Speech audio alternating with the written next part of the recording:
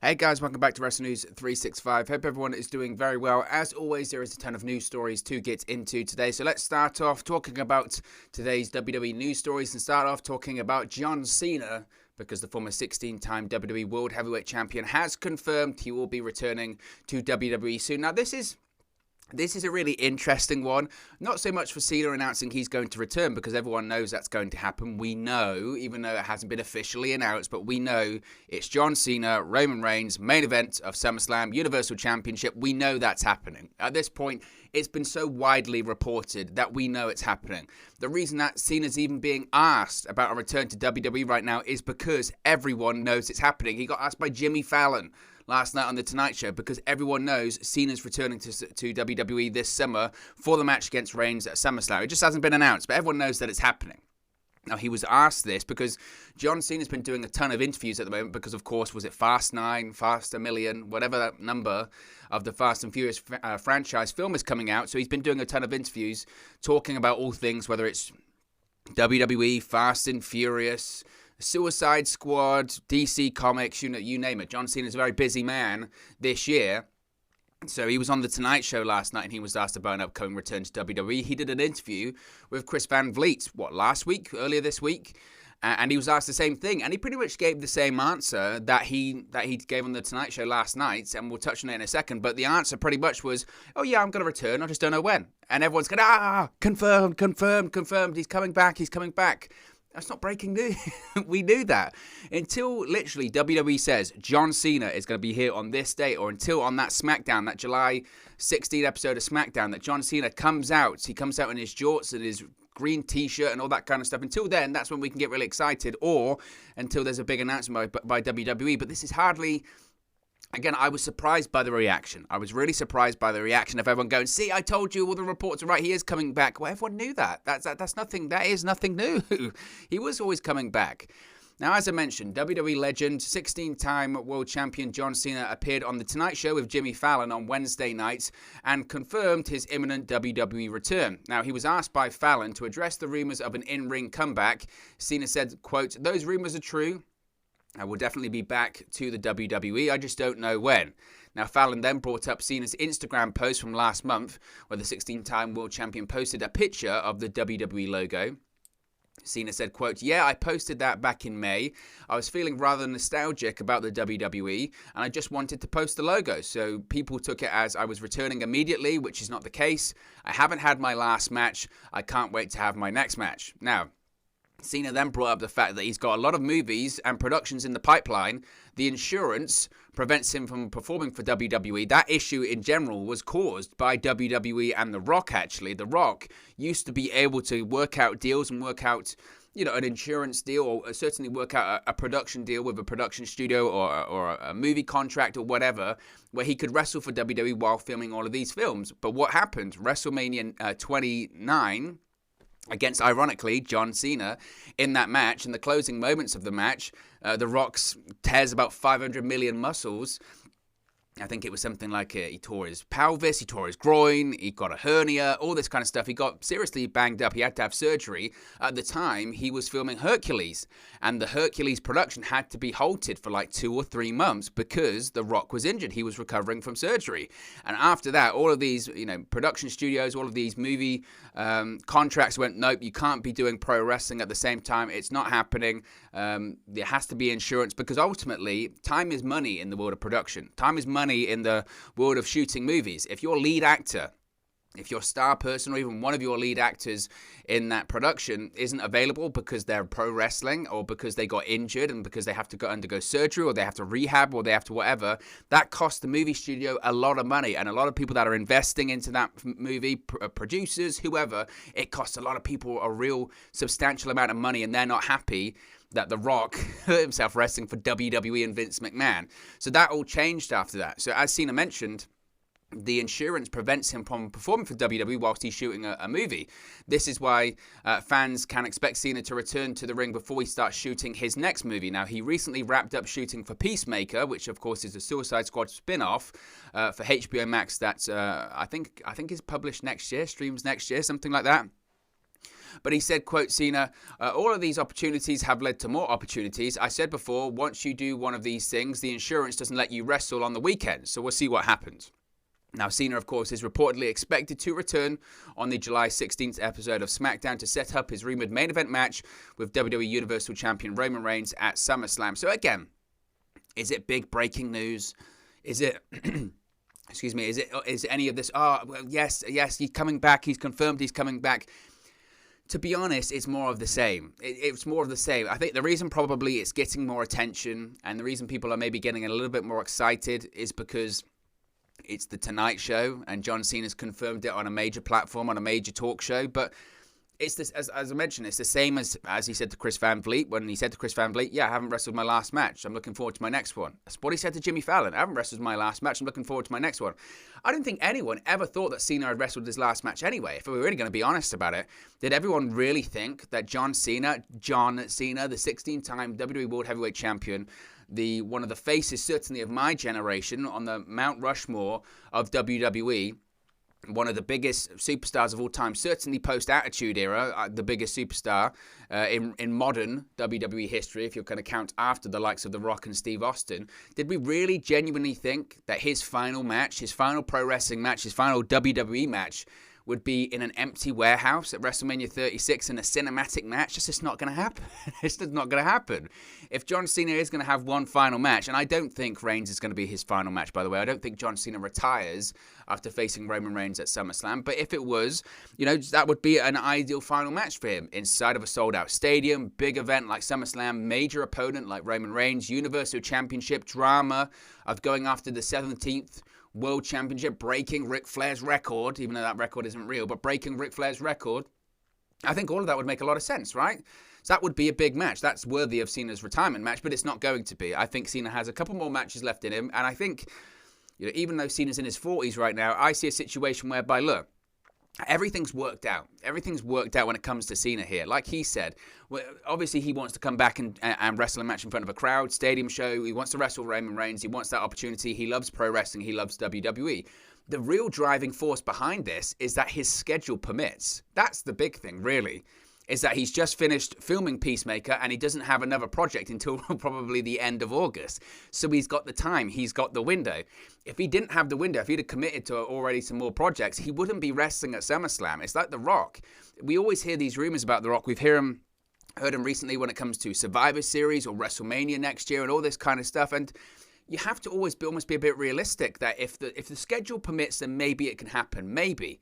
But a lot of the time, especially with The Rock, not so much with Cena, but he's getting there, especially with, coming out of the Suicide Squad, I would assume this August, where if the movie's a big success, John Cena's profile, not that it's not big already, but will skyrocket even more, the schedule then starts to be very difficult and it becomes very difficult to come back. That's the thing with The Rock. Like I said, the schedule is just so busy that they'll say, we want him for WrestleMania. The Rock, even right now, it's June right now. Even for April next year, The Rock is probably booked up, or provisionally at least booked up, because they're that in demand, because they can make a lot of people a lot of money. So it always depends on the schedule. That's always how it works. So Cena's coming back, but again, that's nothing totally, radical, big breaking news, all this kind of stuff. We knew that was going to happen anyway. We knew that was the case. Now, this is a really interesting story when it comes to Big E and possibly the future of Big E as a single star. Now, there has been talk of Big E being moved from Friday Night SmackDown to Monday Night Raw. Now, the New Day, of course, is currently split up with Big E competing as a single star on SmackDown, while Kofi Kingston and Xavier Woods are on Raw. But according to WrestleVotes, who tweeted this yesterday, a new idea making the rounds is for Big E to move back to Raw in the 2021 WWE Draft. The idea is that Big E would still be pushed as a singles wrestler on Raw. The New Day would essentially be back together on the Red brand, but without necessarily being a team. Big E moving to Raw would give a fresh face to the Red brand for a push that he's been due for quite a while now. Now, Big E has remained on SmackDown. He was drafted to SmackDown officially as part of the 2020 draft, where the remaining members of the New Day, Kofi Kingston and Xavier Woods, they were drafted to Raw. He has since won the WWE Intercontinental Championship, which lasted around 4 months. He dropped the championship at WrestleMania. Now, ever since he was drafted, of course, Big E was rumored to have a big main event push. Now, since being separated from the New Day, there's been rumors about Big E getting a big push. That's why he was separated from Xavier Woods and Kofi Kingston, of course, in the first place. And a lot of people thought he was going to be involved in possibly facing Roman Reigns for the Universal Championship at WrestleMania, possibly winning the Royal Rumble, all that kind of stuff. That hasn't really happened for him. And I think that's partially with the rise of Roman Reigns, because I know a lot of people will criticize WWE, and Lord knows, look, I criticize WWE on this channel. I criticize whatever I don't like and I praise what I like. But I think the case with Big E, I think it's probably been the right move, frankly. I mean, you could say, yes, Big E deserves to be in the main event picture. He should be in the main event picture. He should be wrestling Roman Reigns. But let's face it, whoever faces Roman Reigns right now loses. Whoever is fed to Roman Reigns right now loses. Roman Reigns is not dropping the Universal Championship anytime soon. He hasn't lost a match, singles match, but he hasn't lost a match since he returned at SummerSlam last year. Big E would be no different right now, no different. If Big E faced Roman Reigns at WrestleMania earlier this year, he would have lost. If Big E faced Roman Reigns at SummerSlam in August, he will lose. He's not going to, but he would have lost. So I think getting Big E away from Roman Reigns, getting him away from the main event picture of SmackDown is probably the best thing for him. Realistically, Big E can become the WWE Champion on Monday Night Raw. That's a far more feasible possibility than him becoming Universal Champion on SmackDown. It just is. Why? Because Roman Reigns is the top guy in WWE right now. That's how it's working right now. So I think that's the right move. My concern would be, and this is why I totally wasn't against the New Day being broken up and split across two brands anyway, is my concern is that WWE, sometimes they have to paint themselves into a corner to prevent themselves from doing things. It's kind of like Drew McIntyre not getting an opportunity at the WWE Championship via a stipulation now. It prevents them from falling back and just going to that. If the temptation is there, if the possibility for them just to be like, right, the New Day are back as a trio, they're going to be a tag team again. If the possibility is there, sometimes they just can't help themselves. They know the New Day is a viable commodity that can make them money. They can put tag team titles on and they can just do that. And sometimes they have to almost handcuff themselves and prevent themselves from doing that because they know the temptation is there. It's like, don't push the red button, don't push the red button. They have to almost remove themselves from the same room as the red button to stop themselves from pressing it because they can't help themselves. That would be my concern. But we are looking, I guess, at a point right now where the New Day are kind of starting to do their own thing anyway. Okay, Big E's doing his thing on SmackDown. Xavier Woods has been wrestling in singles matches recently, whether it's against Riddle, whether it's against Randy Orton, whether it's against Bobby Lashley in Hell in a Cell this past week on Raw. Of course, Kofi Kingston is challenging for the WWE Championship at Money in the Bank. He's been involved in trying to pursue that WWE Championship opportunity as of late on Raw as well. Again, I think that's the way to go for the New Day. Now, I know people are going to say that's essentially breaking them up. I don't think it is. I just think people need to embrace that they can't be a tag team forever. There's too much talent involved in those three stars for them just to be involved in tag teams. And I say just to be involved in tag teams. I'm not discrediting tag team wrestling, but I'm saying they've done it. They've been, what, 1 million times tag team champions? What's the benefit of them winning the tag team titles again? Do something different. We know Big E can be a world champion. Kofi Kingston has been a WWE champion, and why can't he be WWE champion again? Xavier Woods wants to be king of the ring. Xavier Woods would be a great Intercontinental United States champion. Who knows what he can realistically do? With crowds returning, anything's a possibility. But we've seen the New Day as a trio before. I don't have an issue with them being presented as such as a trio coming out together, but I would prefer them, again, just do all of your single stuff, right? You don't need to be tag team wrestlers anymore. And I think Big E moving to Raw, again, I think that's the right move. I really think that's the right move because I think the longer he stays on SmackDown, well, the longer he's on the same brand as Roman Reigns, there's only going to be one outcome. And that's a Big E Roman Reigns match, but Big E isn't going to win. He just isn't. You know, and maybe he could way down the line, but he'd have to build up some momentum first. And he doesn't have a lot of that at the moment. He did towards the end of last year when he was Intercontinental Champion and all that kind of stuff, but that's halted. Now, obviously, a big factor in that being halted was the whole Aleister Black thing. That would have been a feud. That would have been certainly. But again, how much momentum would he have gotten that? Because realistically, Aleister Black should be winning that feud because it would have been a return to the roster for him. So again, I think a change of scenery, moving him to Raw, moving him to a brand where it's much more feasible and likely for him to become WWE champion and to be pushed and not have to worry about coming into contact with Roman Reigns. I think that's the right thing. NXT ratings, yes, NXT, people were excited and interested to see what happened with NXT this week. Of course, the ratings were up last week with Samoa Joe's return to the brand. Well, Tuesday saw NXT crash back down to earth, unfortunately, because Tuesday's live edition of NXT drew 665,000 live viewers on the USA Network, according to Nielsen via PW Torch. This is down 4.3% from last week's episode with the TakeOver In Your House Fallout, which drew 695,000 viewers. NXT featured several happenings advertised ahead of time this week, including the Diamond Mine's debut, Adam Cole's return to the ring, Hit Row versus Everrise, the follow-up to Samoa Joe's return to the Black and Gold brand, Frankie Monet's world premiere encore, plus NXT Cruiserweight Champion Kushida versus Kyle O'Reilly in a non-title main event. Now, Tuesday's NXT drew a 0.17 rating in the key 18 to 49 demographic. This is down 10.5% from last week's 0.19 rating in the key demo. This week's NXT show drew the lowest viewership since the March 31 episode, which aired in the Wednesday night time slot up against AEW Dynamite, and the lowest key demo since the May 25 episode. This week's viewership was down 4.3% from last week's post-takeover episode, while the 18 to 49 key demographic was down 10.5% from last week.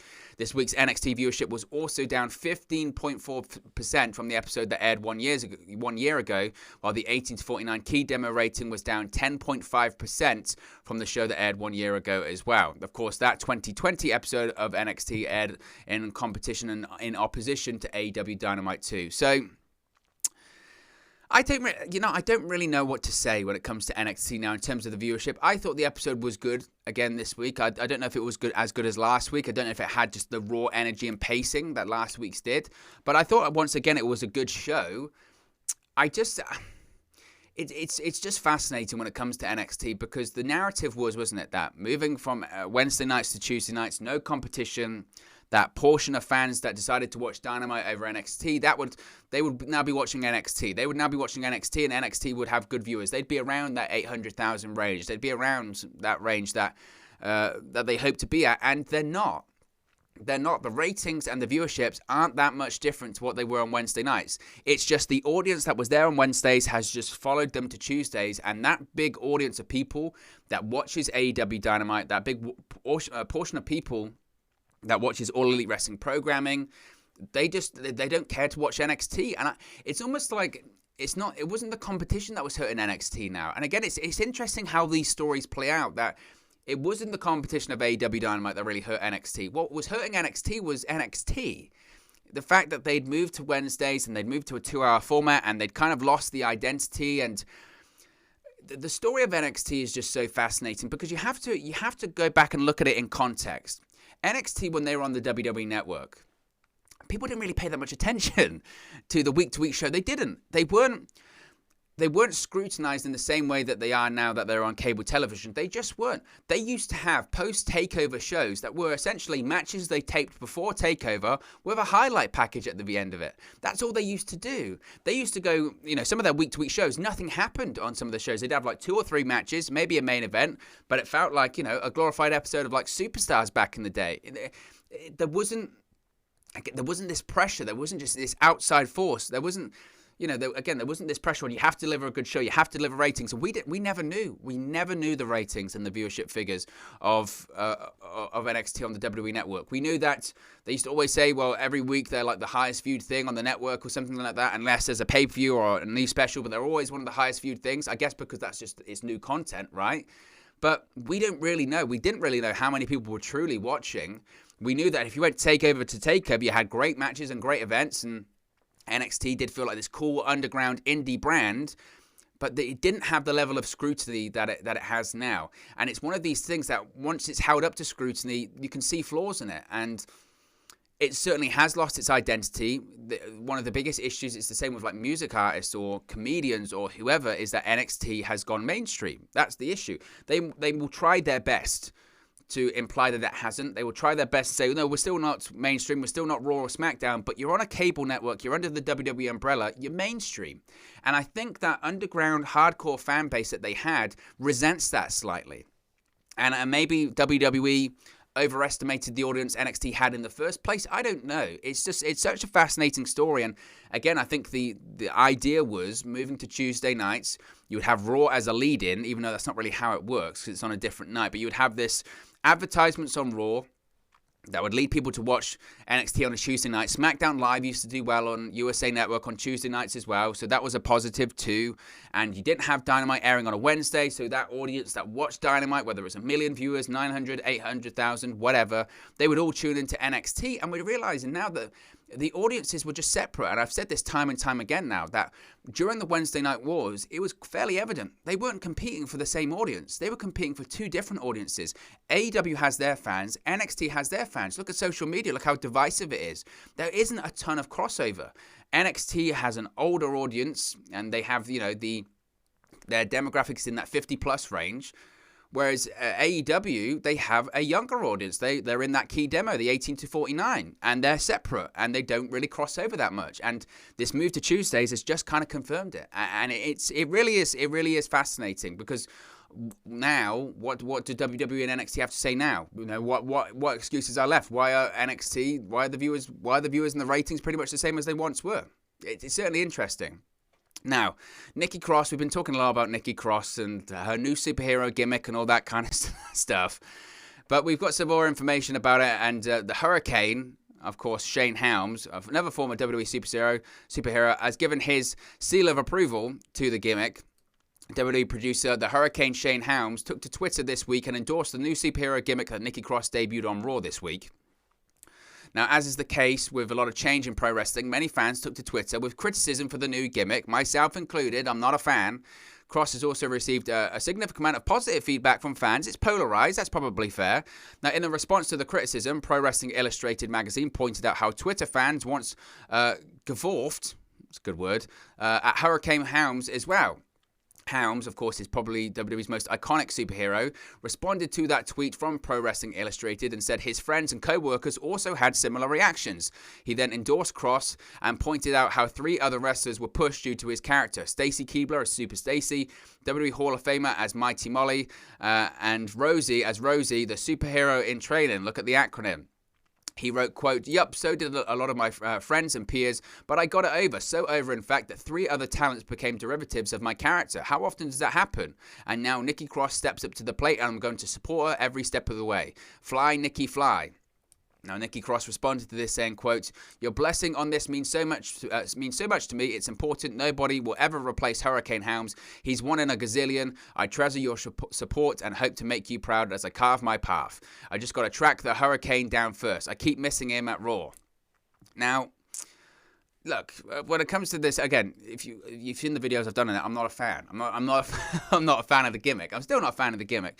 Again, I said this yesterday, so I'll try and do it relatively succinctly here. I understand why people are making comparisons between Nikki Cross and the Hurricane and Mighty Molly and all that kind of stuff. They're superhero gimmicks. There's a lot to compare there, and there's a lot of similarities. I totally get that. But the Hurricane and Mighty Molly, they were comedic gimmicks. They were comedic gimmicks that maybe at certain points in time after 3 or 4 years after the crowd was attached to them, maybe became serious for a second. But ultimately, you have to remember, when the Hurricane when Gregory Helms wanted to be taken seriously by WWE, what did they do? They took the Hurricane off him and he became Gregory Helms and became serious, because this isn't a serious gimmick. That gimmick was never played to be serious. It was a comedy gimmick. The Hurricane was always a comedy gimmick. It was a goof. And it got over because it was a comedic gimmick and people liked it and the kids liked it because it's a superhero. But Nikki Cross's gimmick on Raw on Monday, that wasn't played for comedy. It wasn't. It was played as serious. I've got something deep inside of me and I want to prove that you can believe in your dreams, and I want to prove that I want to inspire people and all this kind of stuff. It was played as serious as someone that's genuinely decided to dress up as a superhero. It was nuts. It was stupid. If they played it for comedy, or if they played it in some kind of twisted reality and sort of played on her sanity character in the sense that she's completely lost her mind now that she thinks she's a superhero and she's trying to counterbalance Alexa Bliss's pure evil on Monday Night Raw by being pure good, I could get into that. I'd rather it play for comedy, but it wasn't. It wasn't. And again, I totally get that in the same vein that maybe the Hurricane, the Hurricane, I guess, was for me when I was younger because I was a kid. I liked superheroes when I was a kid. So maybe it's the same. Nikki Cross, it's not played for me. It's not played for people that are older than me, or maybe that older part of the demographic. It's played for the kids. It's played for the PG audience, and it's played for action figures and merchandising. I totally get that. And maybe that's why it'll be really successful. But it still doesn't change the fact that I don't like it. And I rolled my eyes when I saw it. And I don't care whether it's Nikki Cross's idea, WWE's idea, whatever. It's just not for me. It's just not my deal. And again, people can say, well, the Hurricane worked out. Fine. But that was a different gimmick. And that was a different time. And it was a different presentation. So, time will only tell. But I just see Shorty G. I really do.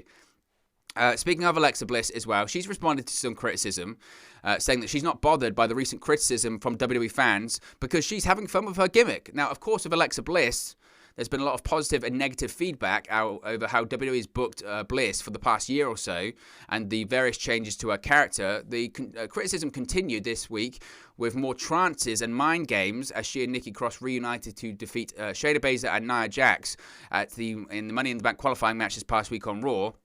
This was one night after she defeated Shayna Baszler at Hell in a Cell. Now, Bliss took to Twitter yesterday and said she's actually having fun with the gimmick. She said, quote, "They can say all they want, but I'm actually having fun." Now, Bliss received a new entrance theme and graphics this past week on Monday Night Raw.